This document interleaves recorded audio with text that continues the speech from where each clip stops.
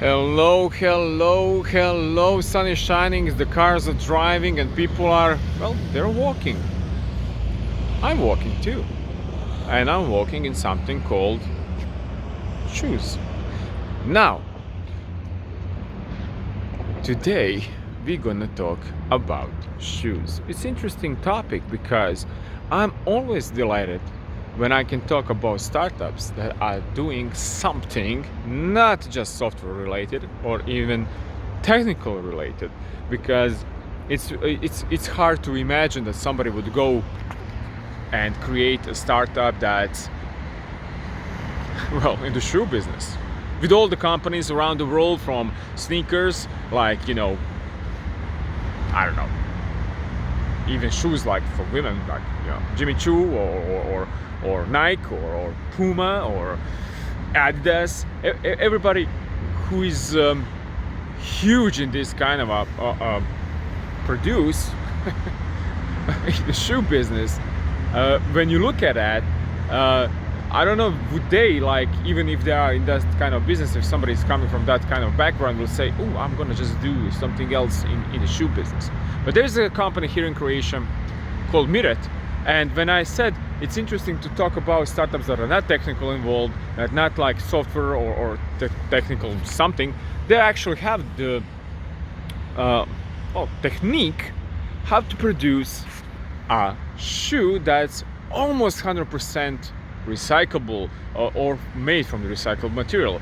I'm not gonna, tell you everything in this little intro, so I invite you to listen to interesting talk that we have today on Startup Rant. Also, please follow and share and do whatever you want to support this cool Startup Rant podcast. Well, cool to me.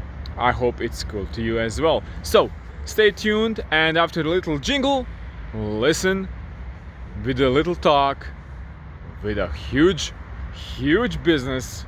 Well, I like to think it's going to be a huge business in the shoe department from the startup Miret, coming from Croatia. Thank you.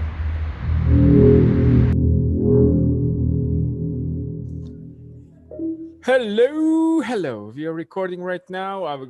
If this new normal is working, and I guess it's working because it says in the corner it's working. And on the front page here we have a guy from interesting company, because right now we're going to find out how it is to walk in another man's shoes. And Miret is the name of the company. And we have Domagoj here, who is creating shoes that we can all walk in.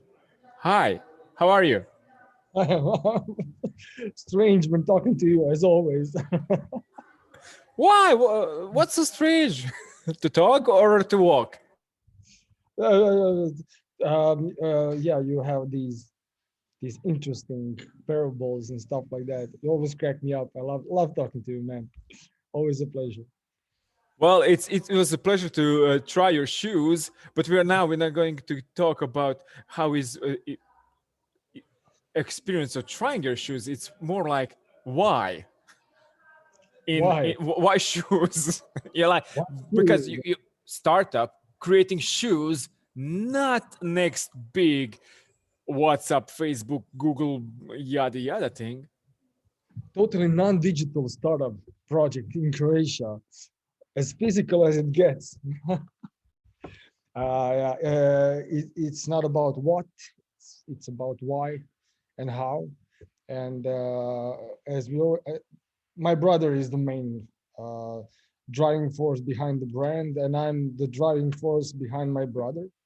And we were industry insiders. We actually created luxury sneakers for various European luxury brands. We did the whole, let's say, development and production process for various brands, and we were deeply into uh, yeah, into that. And but very fast, my brother had an epiphany, a realization. It was an actual moment. I witnessed it, and he said, "Man, we gotta stop making garbage." I was like, "What do you mean? You make a quality product?" Yeah, but it's part of the problem. And I said, what problem? He says, well, I don't know what problem. We are part of the huge eco bomb that's called the fashion industry, that's called the shoe industry. And we were at the forefront of this. We saw the tanneries, we saw the component manufacturers, we saw the production process, the waste elimination process, the way people consume, and he was right. It was a huge issue that wasn't really addressed, and it was 7 or 8 years ago, and he slowly started to do a sneaker that's redesigned completely from the bottom up to make it ecological, compatible with nature, non-toxic, non-plastic. And lo and behold, 5 or 6 years later, sustainable fashion actually became a new coined term. And the next big thing in fashion is sustainability. And a dream that he had way before the zeitgeist, way before it even became a thing, suddenly it became one of the leading global trends. And suddenly you can actually finance a startup that makes shoes, as simple as it sounds. So in a way, you decided to kick some things with the shoes in some other shoe butts. Yeah, disruption to the core. And Yeah, not just that, you actually, Hrvoje is your brother, right?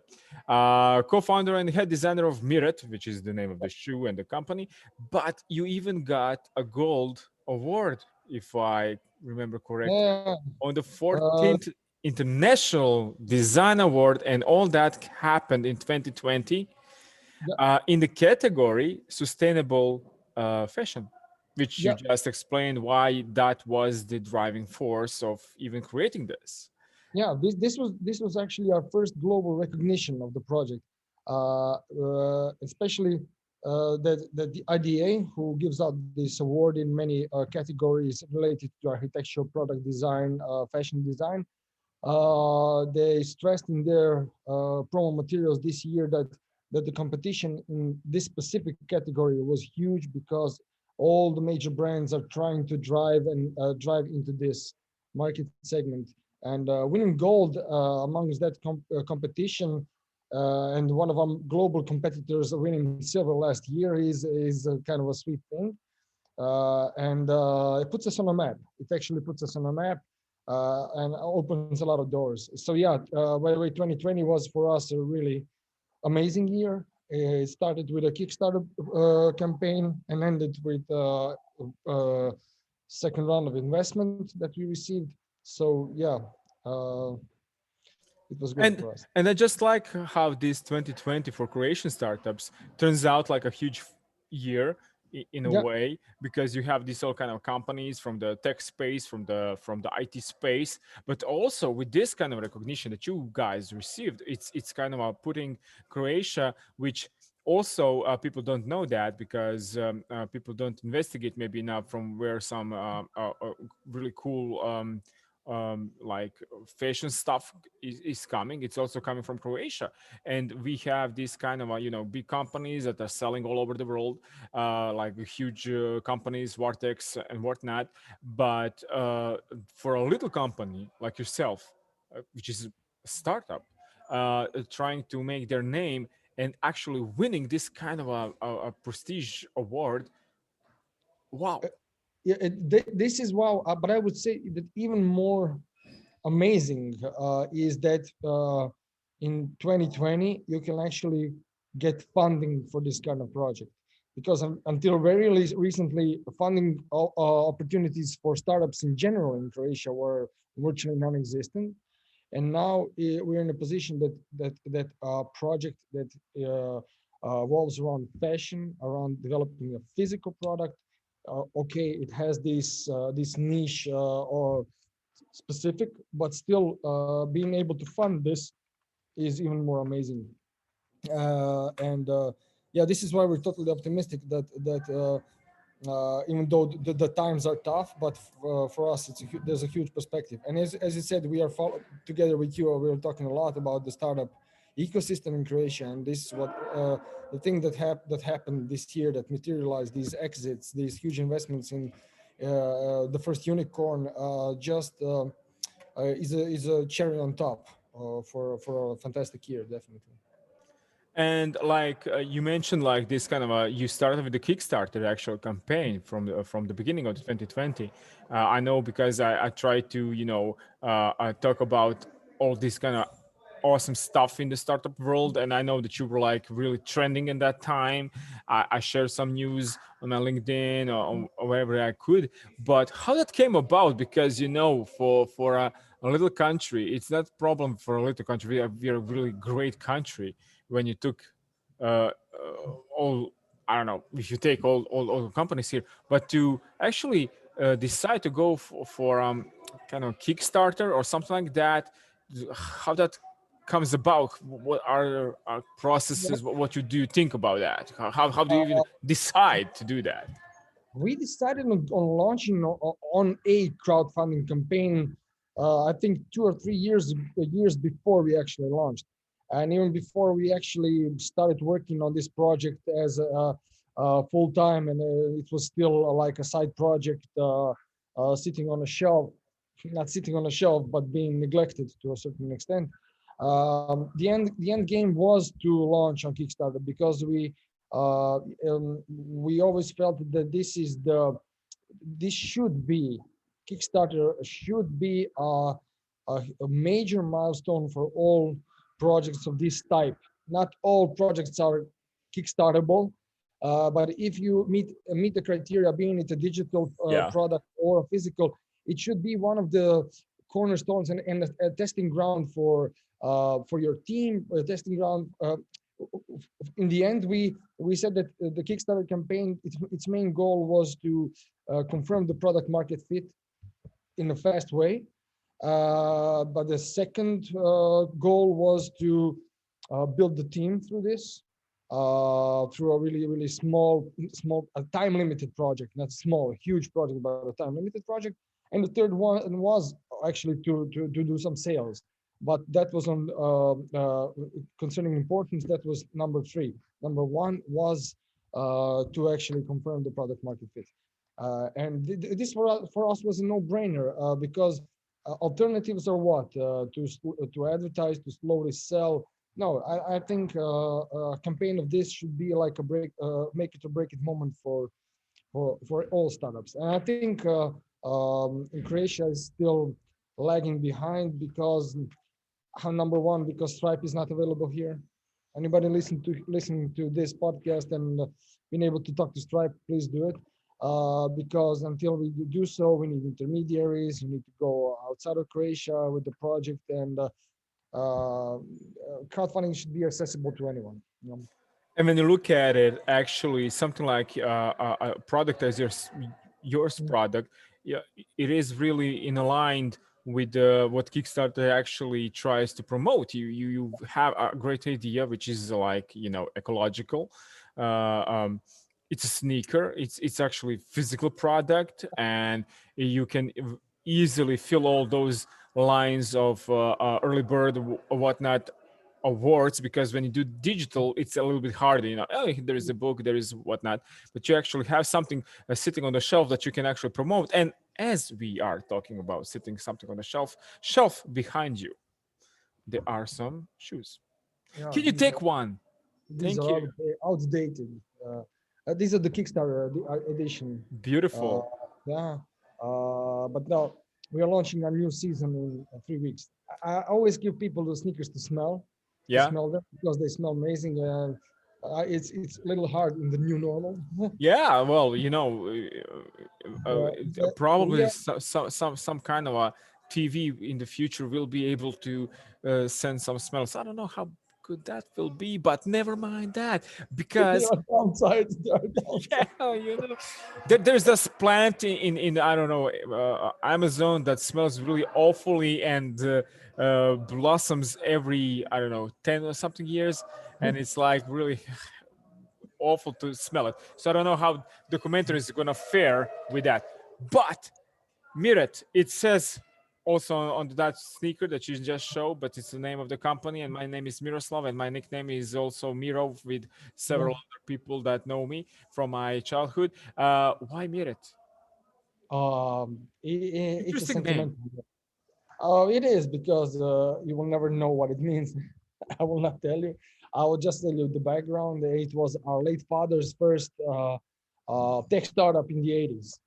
Actually, it was the name of his first company, and it's like a name that we've been seeing all around us all our life.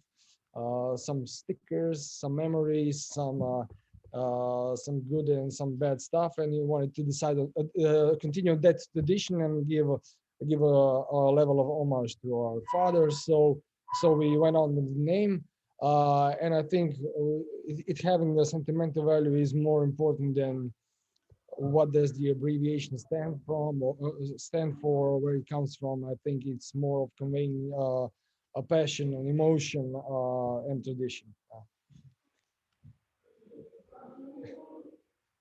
I lost.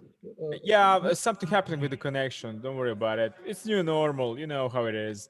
The things just, it's just said like low, I don't know, something, internet Something. connection or something like that. But this is interesting and this is beautiful because you have this kind of a connection with the brand that you're creating. All people do when they're trying to do something with the brand, but you actually have deeper connection. You two brothers honoring the name and all that, and it's cool to create that and it's cool to work on that, I guess. I always like whenever I hear that song uh, from two brothers called "I'm Gonna Be 500 Miles" from the Proclaimers, when they walk and Yeah, you can walk only in shoes, but you can go barefoot or whatever. But it's easy, interesting. easy, barefoot, Yeah, easy. yeah, but it's much more easier if you do it in the shoes. So to walk the talk, you need money. To get the money, you need either sales or investment. And in startup world, we all know, I'm also a co-founder of a startup, but you need to startup means like you need to get the word about what you're doing really quickly, and usually that can be done with money. Now you said Kickstarter happened, but did you have any other investments from, I don't know, VCs, bootstrapping, or something like that? Yeah, in 2 years now, we managed to be a part of the European Institute of Technology Climate Kick Accelerator Program, stage 2 and stage 3. So with stage 2, that was our first grant that we received in early in 2019. That was the let's say the ground zero for the project. Until then, we were just kind of bootstrapping it and pegging it to our previous project, which was not a startup but a classical footwear company. So that, yeah, that was the first step. The next step was finding a VC, which was kind of okay. Let's try to do this. We're a physical product in Croatia in 2019. That's not gonna happen, but it did. Yeah, we met guys from Fil Rouge in their early stage before batch one, and successfully got funded in their accelerator program. There we set the goal. One of the goals was developing a new generation of the product. The other goal was the Kickstarter campaign and everything connected to it. So the Kickstarter campaign was uh, an investment on itself, but it was also a stepping stone to the next level. In the meantime, we got a bridge. We were invested by we got invested by a couple of business angels in the form of a bridge loan. Um, and yeah, after Kickstarter, the most difficult part was actually fulfilling the product during the first lockdown. Thankfully, luckily, we had no supply issues or minimal. I think the total delay was like 2 weeks um, of ahead of 2 weeks late than what we expected before the pandemic. So once we actually fulfilled the backers, we started talking with Phil Rouge again, and yeah, in September of 2020, we raised a seed round of 250,000 euros. Yeah, so it was two grants, one accelerator, one, let's say, seed VC round, business angels, the works. So we kind of following the map almost as it's written in the books. Uh, yeah, we could be a textbook example, but the it's interesting that it's a physical, again, it's a physical product. When I look back, it's even more amazing to me that we actually got to where we did, where we not with the product that we had, the project, but where we are. We are in Croatia, and something like this was unimaginable until very recently. So yeah, I'm always have to say that I'm totally optimistic about the Croatian startup ecosystem because it involves everyone. It involves the government, it involves the EU, and oh, we are now in Zitzer, which is also part of the ecosystem, and I think it's progressing really nicely. So there's a bright future ahead. how how how how hard it is, when you go to pitching session in the beginning, when you did it from the VC or angels or whatnot, and you come there and you're like, all those kind of like internet big kind of Uh, flashy titles, there's this app, that app, and you come and this is a shoe. you know how do you approach that? Do you have like, well, I need to prepare for this, like, I don't know, there. I don't know, man. I think there are two things. One thing is that I think even the VCs are a bit tired of doing only virtual stuff, and sometimes they got to take a leap of faith into something that's more approachable to the general public. I think that's one thing. The second thing is that it is a shoe, but the shoe is just a physical manifestation of the knowledge and of the concept and of the true belief in sustainability. It's just a physical manifestation, and this is a message that we seem to be conveying really, really efficiently. But there's also a third thing that we are veterans. We are not startup veterans, but we are private entrepreneur veterans. We went through hell and high water to get where we did. And when it kind of reminds me of 8 Mile. You get one shot, one opportunity. And if you treat every step and every obstacle, and there are obstacles every day, as it is the final battle, the final boss in the game. Then you tend to give it your best and shine. And I think, as you know, in early stage startups, the team and the passion is the key, and that part we really did well. Now it's about performance. We are now it's growing, and now it's more how do you really fulfill your plans and knock off goals of your list. Yeah. And the team is important, and you have this kind of a interesting team, which you mentioned. You and your brother are actually the two pillars of the company. How much those pillars come close or far away? Like in the Odyssey. Or Like, tang, they go against each other. is it Scylla and Charybdis, the two rocks in the Odyssey? Yeah. I think it's we're in luck that we have like these complementary interests and complementary strengths and weaknesses, and we known each other for so long and worked on projects that are business related and not business related, and we learned how that we don't fight, we just confront and question each other, and always kind of um, I think reason prevails always. But the thing is that I think it's a written rule that startups should have founders, and that one guy should be technical and one guy should be the economist. And lo behold, this is exactly what we are. My brother is a master of industrial design, and I'm a specialist in entrepreneurship. I studied entrepreneurship, as if you can study it actually. So yeah, we work fine. When one goes under, the other one pulls him by his hair.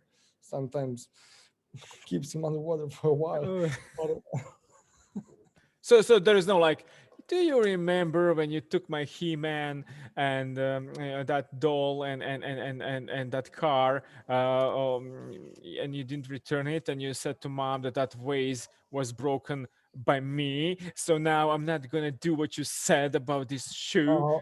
uh, there are grudges that go on for 30 years. Yes, mostly involve rocks, mud, stones, and bubble gum in hair and stuff like that. Yeah, there are grudges of that sort. Cool. Luckily, every one of those you can test on your shoes to see do they stick or they can actually be removed. You mentioned, and this is interesting, in the pandemic right now, you didn't have so much trouble um, or difficulties with providing in actual making of the shoe, which is Yep. interesting. When I think as just a regular user who goes to the shop, hates to go to the shop, goes to the shop, and I need that number, maybe number less or a half number up, just to see the model, and I'm gonna wanna buy that and go out. I don't care Mhm. about anything. But from your perspective, is like, do you even work like, okay, we need number 42, European number 42, like Yeah, 100, or we just gonna like, okay, let's just see how many orders do we have for each and one. How does that work? okay, a good friend of mine, Gauss, invented this statistical distribution, and Cool. you have a Gauss for ladies sizes and for men's sizes. So if you do like a stock, and we do a partial stock, it's always based on some creative assessment of what style would be more commercial, and what style serves another purpose. You have like these creamer products that actually drive sales to something more conventional. But usually when you do a stock, there are some laws of nature that you need to abide of, and that's the Gauss curve, the Gauss bell curve. But for the Kickstarter campaign, we did the production post.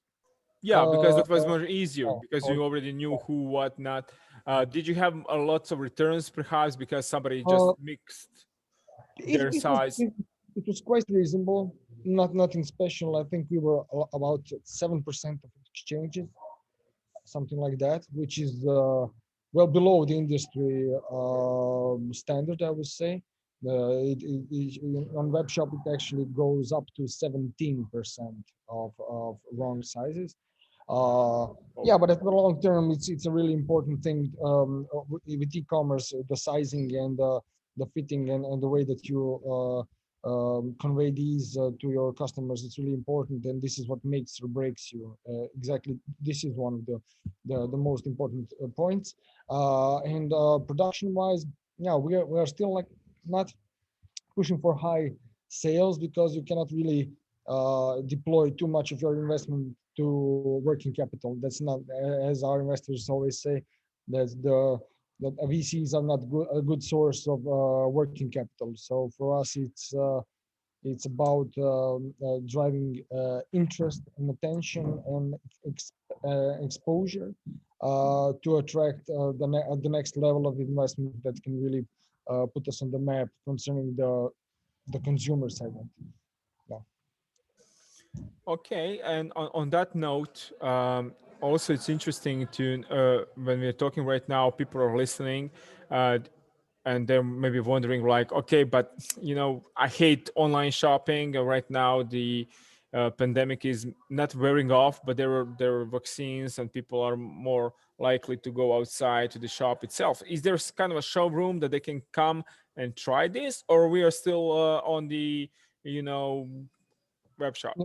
we are stubborn. We are stubborn. We're gonna stay online, and that's it. The pandemic just proved that this concept is the only reasonable concept, because it's quite simple. I was just explaining this to someone else today. Uh, we can do a showroom in Zagreb. Does this cover Croatia? Does this cover Germany? Okay, let's do one in Berlin. Does this cover Germany? So where's the end? You either have a brick and mortar concept or you don't. You cannot go half-assed into this. Being this being a project of that demands a high level of working capital. If we're talking about selling your own brand and selling your own shoes, and going into brick and mortar raises this by a factor and by a multiple, and not just as a percentage. So we're sticking with this. Our strategy is to actually integrate into other web shop platforms of similar philosophy. And the first one is going to be, we just got accepted to the German Avocado sustainability platform, which is the biggest German marketplace, DACH marketplace for sustainable products. And this is going to be the way, our venue for expansion in the retail sales. Um, yeah, avoiding, and today with the shipping, if we ship from Croatia, we deliver worldwide in 72 hours, maybe in less, 48 to 7. In Europe, 48, in Croatia, 24 hours, in the rest of the world, 72 hours. Free returns, free exchanges. This is a must today in the e-commerce world, and it's very interesting. The Germans have a specific approach. People were always telling me about this, and I saw it for myself. I'm in between sizes. What do I do? Okay, I ordered 2 pairs. I return the one that I don't need, keep the other one, and get a refund. So it's about building trust in your brand, but also in trust in your company, in the e-commerce, that people are confident in that you will provide them with favorable conditions for returns and exchanges. Yeah. And this is beautiful, especially for me who hates to go to the shop. My Mm. wife, not so much, but for me, it's I wouldn't say I like this kind of pandemic stuff right now going on, but everything finally, some other companies are finally realizing that they can put this, which you guys already realized in the beginning of your even entrepreneur journey. It's can be done online. You just can Yep. go there and do it. I'm not like dissing on something. I'm not saying there is no like. I have a kid. We just recently went to buy some shoes. Of course, you need to go there. They can measure the foot, the feet, and see whatnot, and that's cool. But I didn't change my size. Is in last. It's more like the model did change. But back to the shoe. Yep. Back to the shoe. Uh, uh, Environmental, ecological. People are Oh, yeah. listening right now. 100% or No. So I'm this is a rant, so we can go on rants, huh? yeah, we're renting here because people are right. I know the people who are watching this or listening to this probably already are googling it or I don't know, Bing. doing something to check this because I'm of course I'm posting everything about your company here, so they can literally go and see there some data that you maybe didn't notice, they didn't notice through the talk, or didn't mention. And I like this because this is transparent. We are renting 100% ecological. Is maybe even not possible in a real world. Maybe it is. Yeah. I don't know. Just It's it's asking. it's a, it's a very broad. Sustainability is a roof term. So we are in the realm of sustainable fashion, but sustainability is a roof term. It involves products that are high quality, that can last for generations. Let's say a really luxurious, really well handmade leather boot. It's something that can last a long time, and therefore is more sustainable than a product that that you throw away after one season or after 3 months of wear. So this is the slow fashion versus the fast fashion. There are other realms of sustainability, and this is an area that is just being, let's say, a huge under addressed issue that's now being addressed by many companies and who are thinking deeply about these concepts. Another concept is being recycled, using recycled materials, using secondhand plastics for polyesters or outsoles and stuff like that, or extracting plastic from the ocean and repurposing it as a component. This is another venue, but there are so many venues. Where we went to the ecological or bio-based direction, and we are taking this to the extreme.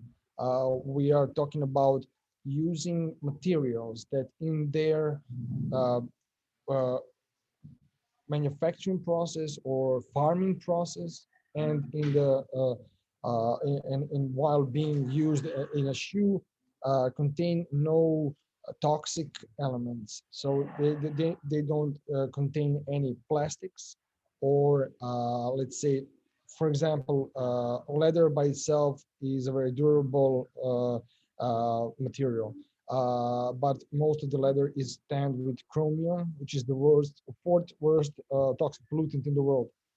The tanneries in Europe might have a high level of ecological standards, but most of the leather is tanned in the third world countries where it's a major pollutant. So this is why we're avoiding leather, because of chromium, not because of the properties of leather by itself. So we are avoiding oil-based materials, polyesters, sponges, glues, or rubber that's based on petroleum derivatives. We are using um, uh, materials based on plants in their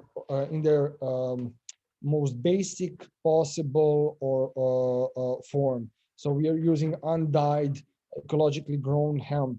We are using natural latex for our outsoles. We are using eucalyptus for our laces. We are using corn for our reinforcements. So uh, uh, in this way, we are extreme that we will never compromise on ecology and always push it to the next level. Now we say that we are 97% ecological, which means that we still have some glue and sewing thread left to replace. But this is an ongoing process, and we want to be perceived uh, as transparent as humanly possible in the way that we approach sustainability, and the way that we measure it, and the way that we market it, because we feel that it's really important to be authentic in this field. It's Yeah. an issue that a lot of people take to heart, and this is why we are extreme. Yeah. And one of the things that we need to mention right now, it's also some of your models are vegan friendly. I'm Yeah. right now. I'd like this new normal because I can actually Google something while I talk with the people, because I lost the link that I have saved. Lily of the Valley veggies, Really. Valley Uh, veggies. Yeah, it's cool. It's actually vegan outside material, right? yeah, yeah. It's not just that. It's this one is compostable. The outer material is compostable. But by means Nice. compostable in our sense, it's something that when degrades leaves no microplastics or toxicity. And this is the kind Mhm. of material that we always pursue. But we have some other. Okay, some of our styles are vegan. Some of our styles are being made with New Zealand wool. These are not vegan by definition, but our the wool that we are using is certified with the highest possible ethical fashion standard that there is, a certificate that's cradle to cradle. So it's really making sure that all of our supply chain is really up to our standards and up to what we advertise it to be. And yeah, that's it. Yeah, I like this because right now when we are talking about this, there's like this lingering question in my head that I'm waiting a right time to ask, because and people who are listening to this could like say, okay, that's a startup from Croatia. They sell shoes in Croatia, but you actually mentioned other countries. But not just that, you just mentioned other countries' products that you're using in your own Yeah, yeah. stuff. And this, and I think I waited for this moment because Kickstarter probably proved that people all around the world are ready for something like this. They're ready to take that next step and even order something. They literally gonna wait maybe 72 hours to get from Croatia. And being Hello. carbon I- neutral, Yeah, with carbon neutral shipping. yeah, and this is new. Uh, You don't have to wait something for like, I don't know, 2 weeks to get something from I don't know where. If you want something cool, ecological, and fun to have and wear, you can actually get it really fast and really acceptable. And you all these kind of options you can return, you can get whatnot, and everything is in the price. And that's cool. So just to spread this story wide and open, you're not just like doing this for the region. You're not just doing this for Asia. You're doing this for the whole world. And I think the Kickstarter campaign actually proved that. yeah, but just go one step back. Why we managed to do the production during the first lockdown is due to the fact that all our suppliers are EU based and are from 9 EU countries, 14 suppliers from 9 EU countries. This is a regional product. This is a European product. Only the raw material for the world comes from New Zealand, but it's really being processed and to also the highest ecological standards in a European country. We're trying to do a local product that is for the world, definitely. When you're talking about sustainability, then shipping all over the world also becomes well, so, shipping all, around the globe becomes also a problem because you increase your carbon footprint. This is why we try to do the production in Europe, which is a small continent, to be honest. And we are using But it's in the middle of the map when you look at it. So in the middle of the shipping. map, yes. But there are couriers that ship carbon neutral, that offset with purchasing carbon quantities. So this is something that we always take into account. For example, we ship in a shoebox, but that shipping box is at the same time a shipping box. There's no packaging inside the packaging. We go into perverse details where we use where we print the names of the sneakers on the box with ecological dyes. So we really have a holistic approach. You could go through. We could go for a route of easier route, but then it would void the purpose. And our purpose is to raise the awareness of the ecological impact of fashion and be one of the drivers of change, but not the only ones. We want it to become a global thing, not just our brand, but the way that we consume. Yeah, and that's the purpose, that's the brand, and it actually showing off, it's paying off because you've been named as one of 10 promising Croatian startups to watch in 2021. Yeah. There was an earthquake now, somebody said. Oh, Yeah, excellent, because I did mention in several episodes of Startup Rant that and some guests are also being affected with the earthquake, and they helped other people. So it's cool that you said that those notifications are coming from that, because yes, dear listeners and viewers here in Croatia, in Zagreb area, and even in Dubrovnik, which is on the coastal area. I'm going to use this. I don't know that you may be watching this now, or maybe you're going to watch this in 10 years' time. But at this time of time and space, there are earthquakes happening here. And back to Domagoj. what was the question? The question was, you were named as one of the 10 promising Croatian startups in 2021.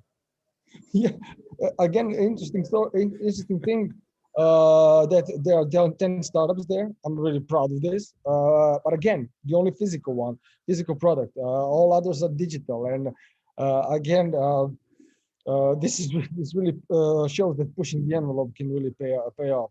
I don't think that this kind of project would even be considered a startup material even a few years ago by the startup community, and this is showing that things are definitely changing for the better, I think. Amazing, amazing. Now, for the end of the talk, can you tell me, is everybody, is anybody prepared to run a startup? Should everybody do it or anybody shouldn't do it? What kind of obstacles people can expect? And is it just easy breezy walk in the park in the cool Miret shoes? Advice to you young people: don't do it. No, no. Okay, Really, come on. no, no, no, just kidding. At least It's say not. think about it before you. It's not for everyone. You know, you really need to first you need to have passion, but alongside passion, you need to have a cool head. You know, so it's not like being overexcited. You need to be determined, and I wouldn't say patient because patience is not the game of startups. You need to be ready to really run towards a set goal and be prepared always and realizing that the startup game, not a small business game, a startup game is a game where you either win or lose and there is no in between. And you really need to be okay with that, the possibility that you will most probably lose. And if you are okay with that, start running. There are opportunities there. There are infinite opportunities, and start running. Excellent, because a guy who is creating sneakers, which is sneaking, is talking about running, and now everybody's confused or not. Thank you for this. This means a lot to everybody who is even considering or is working in a startup ecosystem. And ecosystem is the word of the Miret right now because you're producing excellent product. I will invite, of course, everybody who is listening or watching this to check all the links that we're going to post on this episode to check what you guys are doing. Thank you, Domagoj, for this, and I hope we will talk again when you win some other, like, I don't know, is there an Oscar for shoes or there is a shoe for, I don't know. I don't know. Let's Shoot for find out. Oscars. Maybe the shoot for the Oscars would be Yeah, much well, better. you know, maybe somebody who is going to be on the red carpet of the Oscars, if the red carpets of the Oscars ever come back, you will be one of the shoes that are going to walk there. That would be nice. Just to find, need to find the right person to feature it because we are picky of our ambassadors.